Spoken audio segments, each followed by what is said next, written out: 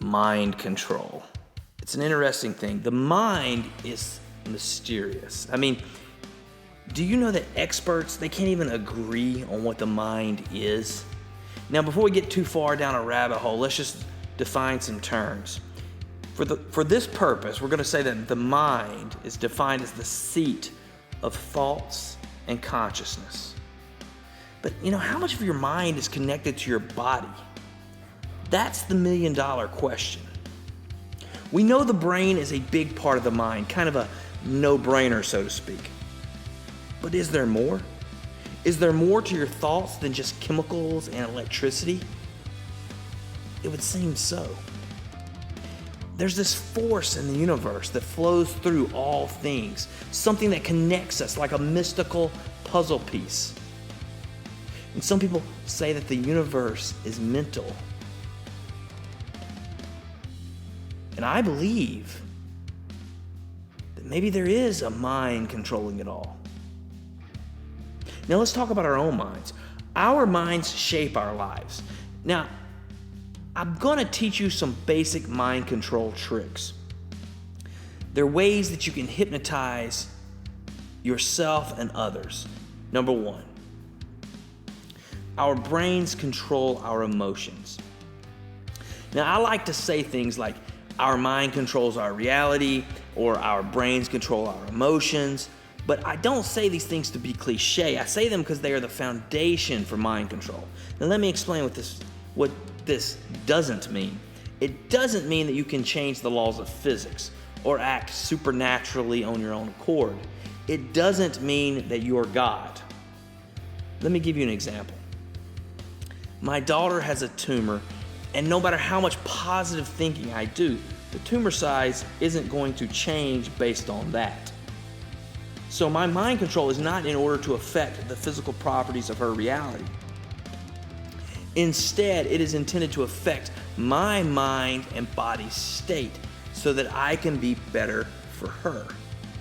Now, we like to pretend that we're rational beings. We have the ability to think, the ability to weigh our options. But in reality, our decisions are determined by our emotions. And some people think we have no control over our emotions, but that's not true. By using your mind, you can adjust things in your life, in your day-to-day routine, to control your emotional response to things. By noticing when you respond negatively with your emotions, in some way that seems out of your control, you can slow down the process. You can begin to reevaluate. You can stop yourself. You can see yourself outside of the moment so that you can then adjust your emotional response. You can also use your mind to look back on ways you've reacted emotionally in the past. And what I'm talking about is, I'm not saying that when you get sad, you shouldn't be sad. What I'm saying is, if in some way you've reacted emotionally to a circumstance or situation in your life that it's affected you negatively, you can look back on that and you can play it out in your mind and you can reenact it, and you can actually cause yourself in the scenario to react differently. And when you start to practice these methods, you can begin to react differently in the present day. This is not easy. This takes practice. Number 2, positive thinking reduces stress. Now look, you can't wish bad things away. You can't visualize a world without problems and immediately have your problems disappear. It doesn't work that way.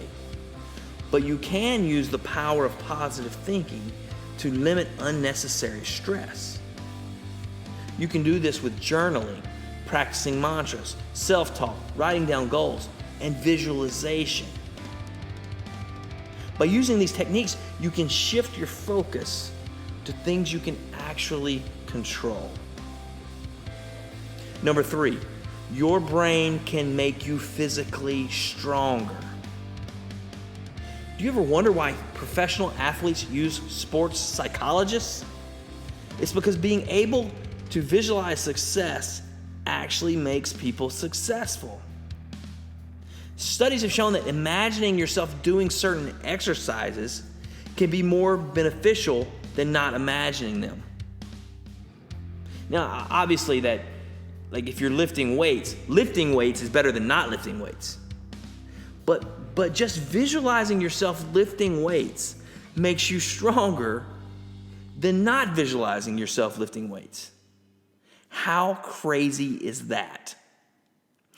Also, there have been studies that have shown that imagining practicing a musical instrument actually help people learn the instrument.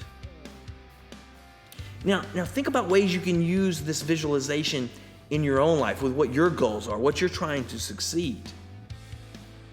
I mean, are you actually sitting down during the day and spending time visualizing your success at something that's difficult? Try it and see. Number 4, this one's going to seem a little different, but number 4 is called forgive. Now this is tough. And if you've been wronged, you're going to fight against this. I understand it. I fight against it all the time. But there is a freedom in forgiving. It has the ability to lift a great weight off your shoulders and like empty the space in your mind for other things. If you want to be forgiven by others, you start with forgiving someone else. Number 5, it ain't about getting rich. Now, what I mean by this is that people like to use mind control or the law of attraction or prayer or whatever to get rich, to get money. But what they really want is for things just to be better. People want to pray for things to get better. I get that. They also want to pray for more money. That's understandable. But life is not about that. Now, don't get me wrong. Money helps make life better. We need enough money to cover basic things. We need to keep our kids safe and fed. We don't want to have to worry if we can keep the lights on. We want to stay healthy. We'd like to go on an occasional vacation. I get that, etc. But prosperity is abundant. But maybe just not in the way we expect. Because maybe what we expect is that prosperity looks like money. But oftentimes, and I would say most oftentimes, it doesn't look like that at all. And that's what's so beautiful. Now I'm going to leave you with this quote from the Rolling Stones. You can't always get what you want, but if you try, you just might find you get what you need. Now guys, these are just the beginning steps of mind control, also known as animal magnetism. People will want to know the nitty-gritty, like how do you hypnotize someone else? How do you control them and make them do your bidding? But if you're asking those questions, you're asking the wrong questions and you're not ready. So just start with these 5, and then you let me know when you're ready for the rest.